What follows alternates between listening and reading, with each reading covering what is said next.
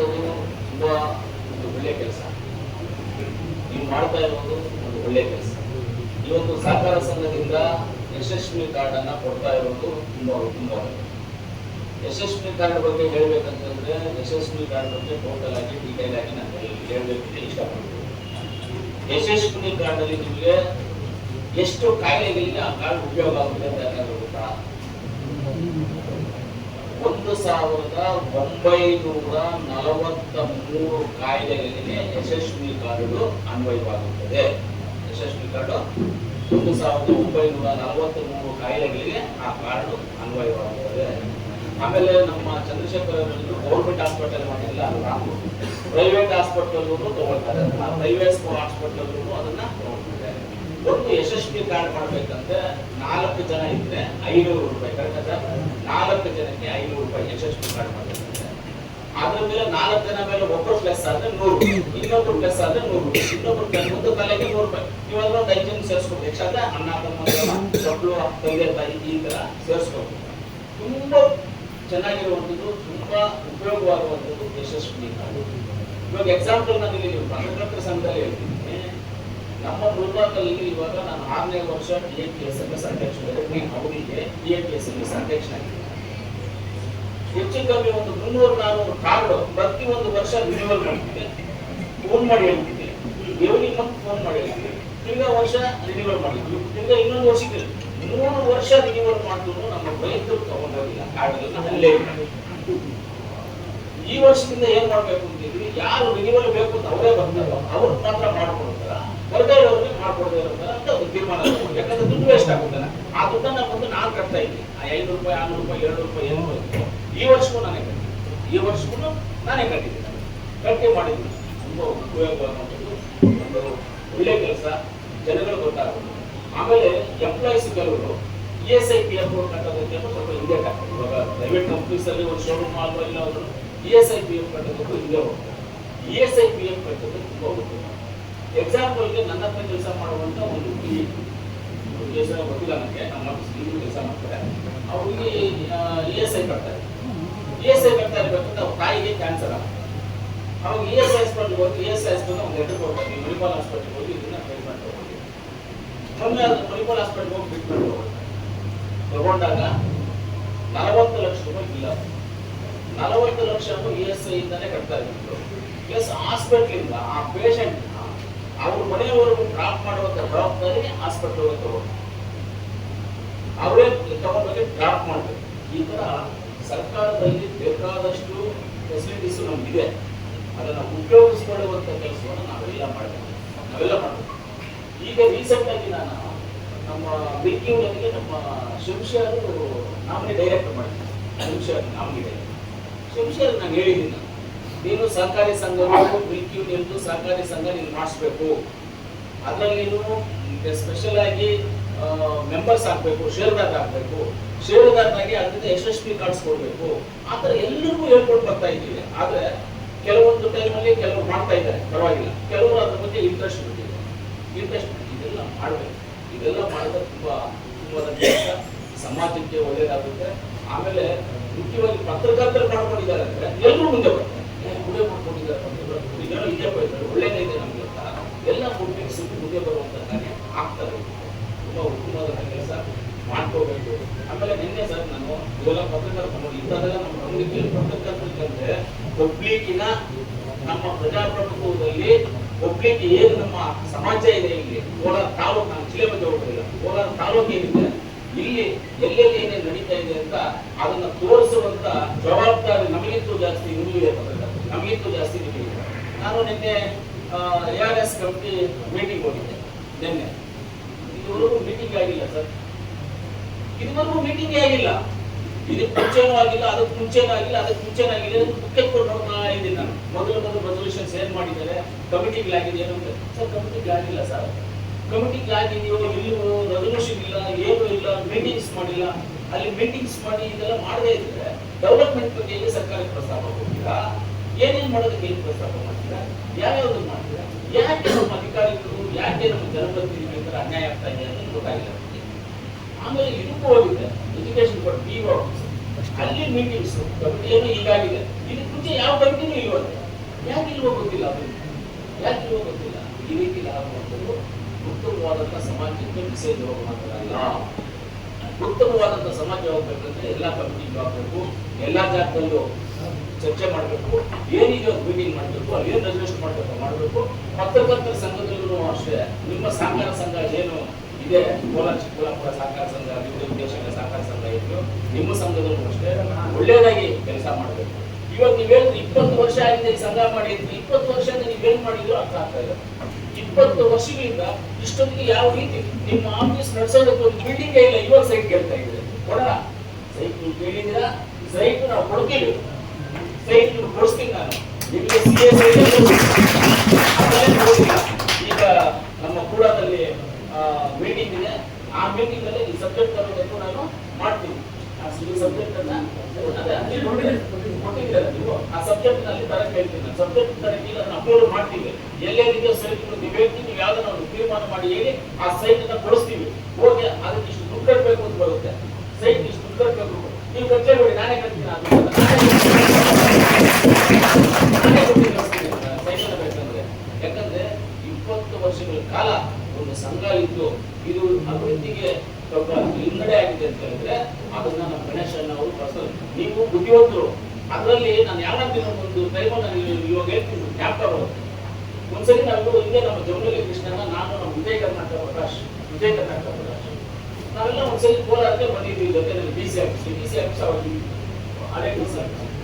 ಅಲ್ಲಿ ಬಂದಾಗ ನೀವು ಬಂದಿದ್ರಿ, ಅಲ್ಲಿ ನಾವು ಹಿಂಗೆ ಮಾತಾಡ್ತಾ ಇದ್ದೀವಿ, ನಿಮ್ಮ ಜೊತೆ ಮಾತಾಡ್ತಾ ಇದ್ದೀವಿ. ಪ್ರಕಾಶ್ ಅವರು ನಮ್ಮ ಮಾತಾಡ್ತೀವಿ, ಕೆಲವೊಂದು ವಿಚಾರಗಳನ್ನ ನಾನು ಕೇಳಿದೆ, ಅಭಿವೃದ್ಧಿ ಬಗ್ಗೆ ಏನು ಎಲ್ಲರ ಬಗ್ಗೆ ಅಂತ ಮಾತಾಡ್ತಾ ಇದ್ದೀನಿ. ನಾನು ಎಲ್ಲವನ್ನು ನಿಮ್ಗೆ ಹೇಳ್ತಾ ಇದ್ದೆ, ಹಿಂಗಿದೆ ಸರ್, ಹಿಂಗಿದೆ ಮಾಡಿ, ಹೌದಾ ಸರಿ ಅಂತ.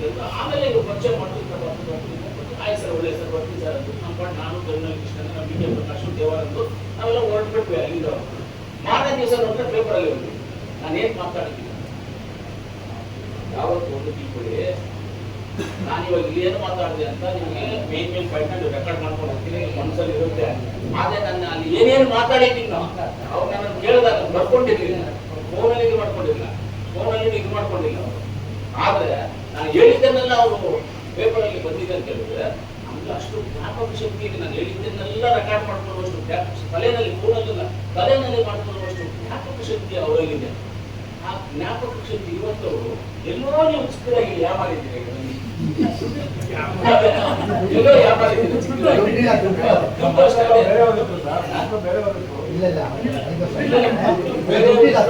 ನನಗೆ ಗೊತ್ತಿಲ್ಲ. ಆದ್ರೆ ಯಾರನ್ನ ಇದ್ದೀವಿ ಅಧ್ಯಕ್ಷರು, ಇದು ಮುಂಚೆ ಸ್ಟಾರ್ಟಿಂಗ್ ಅಧ್ಯಕ್ಷರು ಬೇರೆ ಇರಲಿ, ಇವತ್ತು ಅವ್ರು ಬಂದಿರ್ಲಿ, ಆದ್ಮೇಲೆ ಇವತ್ತು ಅಧ್ಯಕ್ಷ ಅವ್ರನ್ನೇ ಕೇಳಬೇಕು. ಎಲ್ಲೋ ಸ್ವಲ್ಪ ಯಾಮಾರಿದ್ದೀರಾ, ದಯವಿಟ್ಟು ಗಣೇಶ್ ಸರ್ ನಾವೆಲ್ಲ ನಿಮ್ ಜೊತೆ, ನಾವೇನಾದ್ರೂ ಇದ್ರೆ ಕೆಲಸ ಮಾಡ್ತೀವಿ, ಅನ್ಯಾಯ ಮಾಡಲ್ಲ, ಮೋಸ ಮಾಡಲ್ಲ, ನಮ್ಮ ಕೈಯಲ್ಲಾದ್ರೆ ಸಹಾಯ ಮಾಡ್ತೀವಿ, ನಮ್ಮ ಕೈಯಲ್ಲಾಗಿದ್ರೆ ಇದ್ರೆ ನಾವು ಸುಮ್ಮನೆ ಇರ್ತೀವಿ. ನನ್ನ ಕ್ಯಾರೆಕ್ಟರ್ ಒಂದು ಅನ್ಕೊಳ್ತೀನಿ, ನನ್ನ ಕ್ಯಾರೆಕ್ಟರ್ ನಾನು ಹೇಳ್ತೀನಿ. ಇದಕ್ಕೆ ಈ ಸಬ್ಜೆಕ್ಟ್ ಸಂಬಂಧಪಟ್ಟಂತೆ ನಾನು ಯಾವುದನ್ನು ಹುಡ್ಕೊಂಡು ಹೋಗೋದಿಲ್ಲ, ಬಂದಿದ್ದನ್ನ ನಾನು ಸ್ವಾಗತ ಮಾಡ್ತೀನಿ. ನನಗೆ ಬಂದಿದ್ದು ನನ್ನ ಪ್ರಸಾದ, ನಾನು ಕಿತ್ಕೊಂಡಿದ್ದು ನನಗೆ ವಿಷ.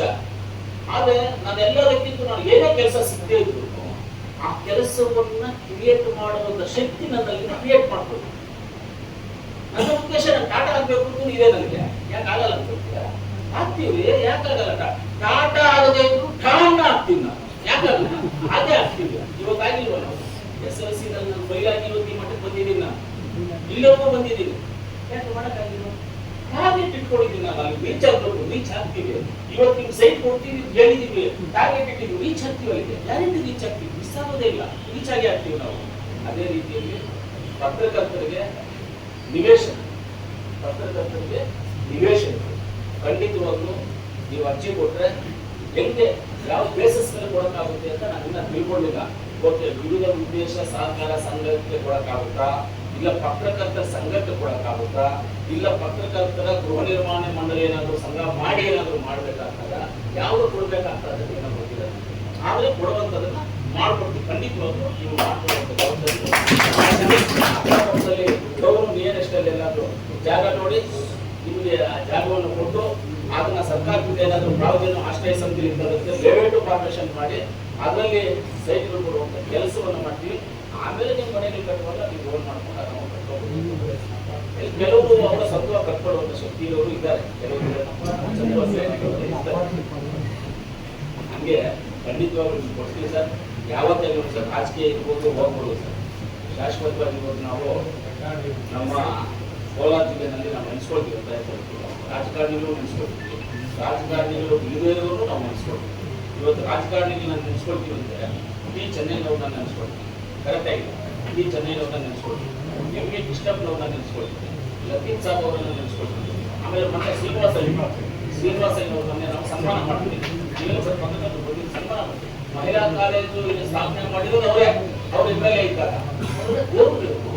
ಶ್ರೀನಿವಾಸಯ್ಯನವ್ರ ಪಾದದಲ್ಲಿ ಪೂಜೆ ಮಾಡಬೇಕು. ಇವತ್ತು 3273 ಮಕ್ಕಳು ಏನಾದ್ರು ಅಲ್ಲಿ ಓದ್ತಾ ಇದಾರೆ ಕಾರಣ ಶ್ರೀನಿವಾಸಯ್ಯನವರು. ಆವತ್ತು ಮುಂದಿನ ಆಲೋಚನೆಗಳು ಅವ್ರಿಗಿದೆ ನೋಡಿ, ಮುಂದಿನ ಆಲೋಚನೆಗಳಿದೆ. ಇವತ್ತು ಇಂದಿರಾನಗರ ಇದೆಯಲ್ಲ, ಇಂದಿರಾನಗರ ಲೇಔಟ್ ಇದೆಯಲ್ಲ, ಎಷ್ಟು ದೊಡ್ಡ road, 100 feet road, 80 feet road, ಹೊರಗಡೆ 60 ಫೀಟ್ ರೋಡ್. ಯಾವತ್ತು ನಮ್ಮ BDL ಇದ್ದಿಲ್ಲ, BDA ಇಲ್ಲ, BDA ಡೆವಲಪ್ಮೆಂಟ್, ಇವತ್ತು ಬೆಂಗಳೂರು ಡೆವಲಪ್ಮೆಂಟ್ ಅಂತ ಆಗಿಲ್ಲ. ಮುಂಚೆ ಇನ್ನೊಂದಿತ್ತು, CDN BCN ಯಾವುದೋ ಒಂದು ಇತ್ತು. ಆವಾಗ ನಮ್ಮ ಟೀಚರ್ ಏನವ್ರೆ ಅದಕ್ಕೆ ಇಂದಿರಾನಗರ ಮಾಡಿರೋದು ಅವರೇ, ಈಗ ಅವರೇ ಮಾಡಿರೋದು ಅಷ್ಟೇ. ಅದಕ್ಕೆ ದೊಡ್ಡ ರೋಡ್ಗಳಿರೋದು. ಆವತ್ತು ಅವ್ರ ಯೋಚನೆಗಳೆಲ್ಲ ಇನ್ನು ಮುಂದಿನ 100 ವರ್ಷ ಯೋಚನೆಗಳಿತ್ತು ಅವ್ರಿಗೆಲ್ಲ.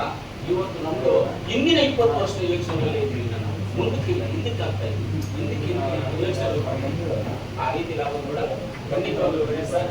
ಆಮೇಲೆ ನಮ್ಮ ಚಂದ್ರವರು ಅಷ್ಟೇ, ನೀವು ಖಂಡಿತವಾಗ್ಲೂ ಜಾಗವನ್ನು ಮಾಡ್ಕೊಡ್ತೀವಿ, ಅದರಲ್ಲಿ ಅವ್ರಿಗೆ ಹೋಗಿಲ್ಲ. ನೀವು CSI ಕೊಡಿಸ್ತೀವಿ, ಪತ್ರಕರ್ತರು ಕೊಡಿಸೋದ್ರಲ್ಲಿ ತಪ್ಪೇನಿಲ್ಲ, ಪತ್ರಕರ್ತರು ಮಾಡೋದ್ರಲ್ಲಿ ತಪ್ಪೇನಿಲ್ಲ.